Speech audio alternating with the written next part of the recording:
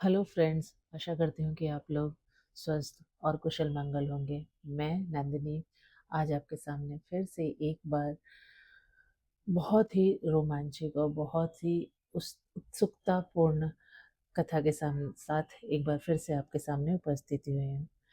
न यह केवल विवाह है, न केवल उत्सव। यह कथा है तप और प्रेम के मिलन की, जहाँ वैराग्य ने प्रेम को अपनाया और शक्ति ने शिव को पूर्ण किया।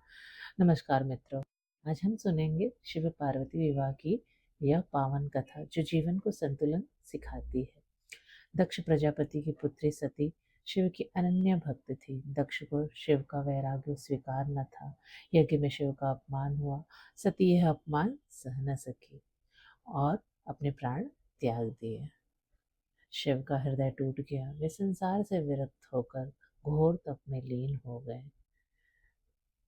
सती ने पुनर्जन्म लिया हिमालय राज की पुत्री के रूप में। बाल्यकाल से ही उनका मन शिव में रमा। खिलौनों से नहीं, ध्यान से खेलती, कहानियों में नहीं, शिव नाम में जीती। पार्वती ने निश्चय किया, यदि विवाह होगा तो केवल शिव से। वर्षों तक तप किया, अन्न त्यागा, सुख छोड़ा, केवल ओम नमः शिवाय, ओम नमः शिवाय, ओम नमः शिवाय का जाप किया। देवता भी चकित। इतना धैर्य, इतना प्रेम, पर शिव ध्यान में अड़े। शिव ने परीक्षा ली। वृद्ध ब्राह्मण का वेश लिया।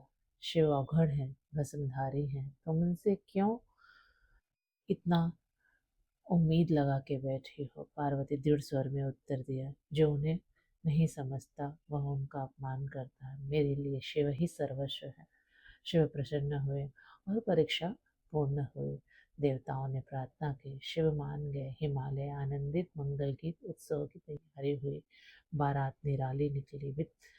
वे भूत प्रेत गण नंदी आगे आगे, डमरू की गूंज। माता मैना भयभीत, नारद समझाते, यही शिव है, निष्कपट सत्य निर्भय।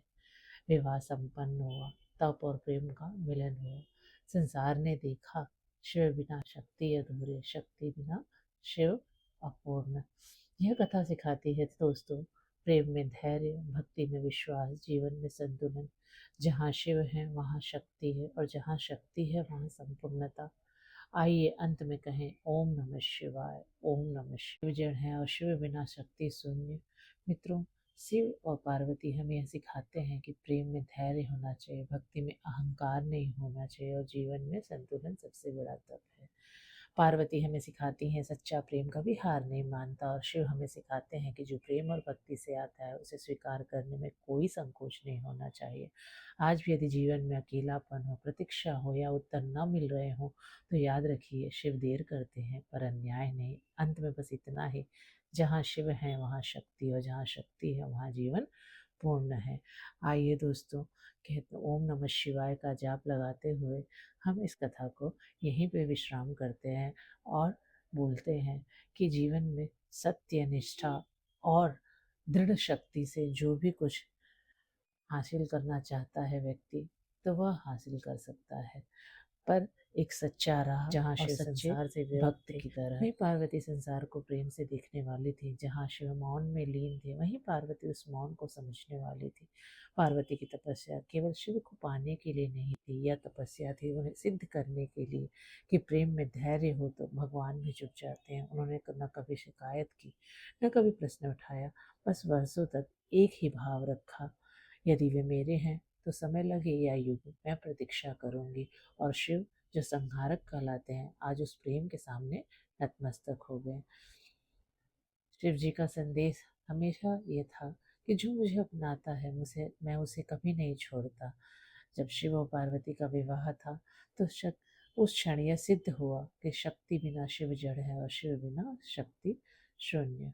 तो मित्रों, यह कथा हमें धैर्य, अहंकार और जीवन में संतुलन सबसे बड़ा तप है, और अहंकार हमें कभी भक्ति में नहीं होना चाहिए, यह सिखलाता है। और शिव हमें सिखाते हैं, जो प्रेम और भक्ति से आता है उसे स्वीकार करने में कोई भी संकोच नहीं है। जहाँ शिव शक्ति है, जहाँ शिव है वहाँ शक्ति है, और जहाँ शक्ति है वहाँ जीवन पूर्ण है।